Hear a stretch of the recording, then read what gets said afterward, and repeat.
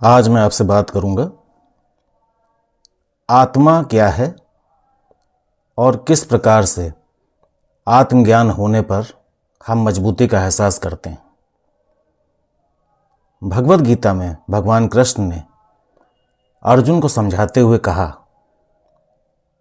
जब अर्जुन मोहग्रस्त हुए और उन्होंने कहा कि मेरे सामने मेरे अपने ही युद्ध में खड़े हैं और इनको मारकर मैं स्वर्ग का सुख भी भोगना नहीं चाहता, तो ये युद्ध हमें पतन में ले जाएगा। तब भगवान कृष्ण ने अर्जुन के शोक को दूर करने के लिए कहा कि हे अर्जुन, तू इस आत्मा के स्वरूप को जान। अध्याय 2 में श्लोक संख्या 23 में भगवान कृष्ण कहते हैं, नैनम छिन्दन्ति शस्त्राणि नैनम दहति पावकः न चैनम क्लेदयन्त्यापो न शोषयति मारुतः। अर्थात इस आत्मा को शस्त्र नहीं काट सकते, इसको आग नहीं जला सकती, इसको जल नहीं गला सकता और वायु नहीं सुखा सकती। अर्जुन शस्त्र अस्त्रों द्वारा अपने गुरुजन या अपने भाई बंधुओं के नाश होने की आशंका से शोक कर रहे थे। इसलिए उनके शोक को दूर करने के लिए भगवान ने इस श्लोक में पृथ्वी आदि चारों भूतों को आत्मा का नाश करने में असमर्थ बताया और यह भी बताया कि आत्मा नित्य है, निराकार है। अभिप्राय यह है कि शस्त्रों के द्वारा शरीर को काटने पर भी आत्मा नहीं कटता। इसी तरह से आग्नेय अस्त्र द्वारा शरीर को जला डालने पर भी आत्मा नहीं जलता। वरुण अस्त्र के द्वारा शरीर को गला दिए जाने पर भी आत्मा नहीं गलता और वायु शास्त्र के द्वारा शरीर को सुखा दिए जाने पर भी आत्मा नहीं सूखता, क्योंकि शरीर तो अनित्य है, साकार वस्तु है, जबकि इसके ठीक विपरीत आत्मा नित्य और निराकार है। इसलिए किसी भी अस्त्र और शस्त्र के द्वारा, पृथ्वी तत्व के द्वारा या वायु, अग्नि और जल के द्वारा उसका नाश नहीं किया जा सकता। 24वें श्लोक में भगवान कृष्ण कहते हैं, ये आत्मा अछेद्य है, अदाह्य है, अक्लेद्य है और अशोष्य है तथा यह आत्मा नित्य, सर्वव्यापी, अचल, स्थिर रहने वाला और सनातन है। आत्मा की अमरता इसी श्लोक से सिद्ध हो रही है कि भगवान ने जब आत्म तत्व का वर्णन किया तो उन्होंने कहा कि शस्त्र आदि के द्वारा इसका नाश नहीं हो सकता है। इसका अभिप्राय यह है कि आत्मा कटने वाली, जलने वाली, गलने वाली और सूखने वाली वस्तु नहीं है। वो अखंड, अव्यक्त, एकरस और निर्विकार है, इसलिए उसका नाश नहीं हो सकता। कोई भी शस्त्र उसे नष्ट नहीं कर सकता। जैसे आत्मा का हम परिचय देते हैं आकाश तत्व की तरह, लेकिन आकाश नित्य नहीं रहता है, महाप्रलय में उसका भी नाश हो जाता है। आत्मा का कभी नाश नहीं होता, इसलिए वो नित्य है। आकाश सर्वव्यापी नहीं है, केवल अपने कार्य मात्र में व्याप्त है, जबकि आत्मा सर्वव्यापी है। आकाश सनातन, सदा से रहने वाला, अनादि नहीं है, जबकि आत्मा सनातन है और अनादि है। तो ये आत्मा के जो भी लक्षण हैं जो भगवान कृष्ण बता रहे हैं, वो ये सिद्ध करते हैं कि जब व्यक्ति आत्मज्ञान को प्राप्त हो जाता है तो उसे आत्मा की शक्ति का एहसास होता है। हमारा शरीर उतना शक्तिशाली नहीं है, ये जीर्ण भी होता है। युवावस्था में हम मजबूत होते हैं, लेकिन जैसे जैसे हम प्रौढ़ावस्था और वृद्धावस्था में प्रवेश करते हैं, हमारा शरीर कमजोर होने लगता है और कितना भी ताकतवर व्यक्ति वृद्धावस्था में कहीं ना कहीं शरीर से असमर्थ होता है। इसका मतलब शरीर नाशवान है और इसको हम सही मानकर अपने सारे कार्य कर रहे थे कि ये शरीर ही सत्य है, और हमारे आसपास जो भी घटनाएं घटती हैं उन घटनाओं को देखकर यदि हम सीखना चाहें तो हमारा अहंकार समाप्त हो जाएगा। जैसे गौतम बुद्ध ने जब एक रोगी को देखा, एक वृद्ध को देखा, एक व्यक्ति जिसकी मृत्यु हो चुकी थी उसको देखा, तो उन्होंने अपने सारथी से प्रश्न किया कि ये कौन है और इनके साथ क्या हुआ है। सारथी ने जब उत्तर दिया कि ये वृद्ध है, ये रोगी है, ये मृत व्यक्ति है, तो बुद्ध ने पूछा, क्या मेरे साथ भी ये सब घटित होगा? उसने कहा, बिल्कुल, ये सभी के साथ घटित होगा और इससे कोई भी बच नहीं सकता। तब बुद्ध ने कहा कि फिर मनुष्य क्यों लिप्त है, संसार में पापाचार क्यों करता है? इसको बुद्ध दृष्टि बोलते हैं। हम में से अधिकांश लोग इन घटनाओं को देखते हैं और इन घटनाओं को देखने के बाद उनसे कुछ सीखते नहीं, क्योंकि हमें मान के चलते हैं कि सामने वाले का अनिष्ट हुआ है, सामने वाला रोगी है, मुझे रोग नहीं होगा, सामने वाला व्यक्ति उसकी मृत्यु हुई है, मेरी मृत्यु नहीं होगी।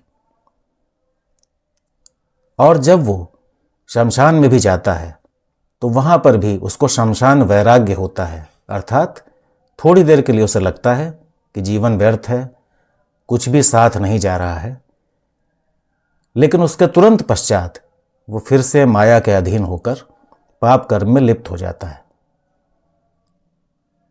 इसका अर्थ है कि माया के द्वारा हमारा ज्ञान हर लिया जाता है और जो विकार हैं 5, काम, क्रोध, मद, लोभ, मोह, ये 5 विकार मनुष्य के ऊपर अपना अधिकार जमा कर रखते हैं।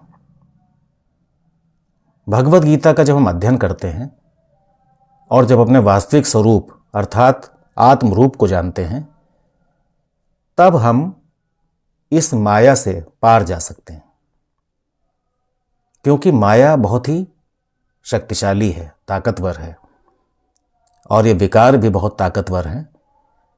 इनसे हम तभी पार पा सकते हैं जब ईश्वर की विशेष कृपा हम पर होती है। इसके लिए निरंतर साधना की आवश्यकता है। ये साधना जो अभ्यास के द्वारा हमें प्राप्त होती है, निरंतर अभ्यास करते रहने से साधक को यह स्थिति प्राप्त होती है कि वो अपने आत्म तत्व में परमानेंट रह सकता है। वो पूरी कोशिश करता है कि जब देहाभास हो तो वो उससे दूर हो सके, क्योंकि देह को वो अपना नहीं मानता। लेकिन विकारों के तले दबकर व्यक्ति देहाभ्यासी हो जाता है और देह का अभिमान हो जाता है। देह से लिप्त होने के कारण वो पापाचार में लिप्त हो जाता है और ये पापाचार उसे पतन के गर्त में ढकेल देता है। तो भगवद गीता के निरंतर अध्ययन से हमारा अंतःकरण पवित्र होता है और हमारा अंतःकरण पवित्र होने से हम इस स्थिति को पहुंचते हैं कि हम आत्मनिष्ठ हो सकें। और जैसे ही हमें पता चलता है कि मैं शरीर नहीं हूं, मैं तो आत्मा हूं, और आत्मा की जो शक्ति है उस शक्ति का अनुभव करते हैं, तो जैसे ही उस शक्ति का हमें अनुभव होता है,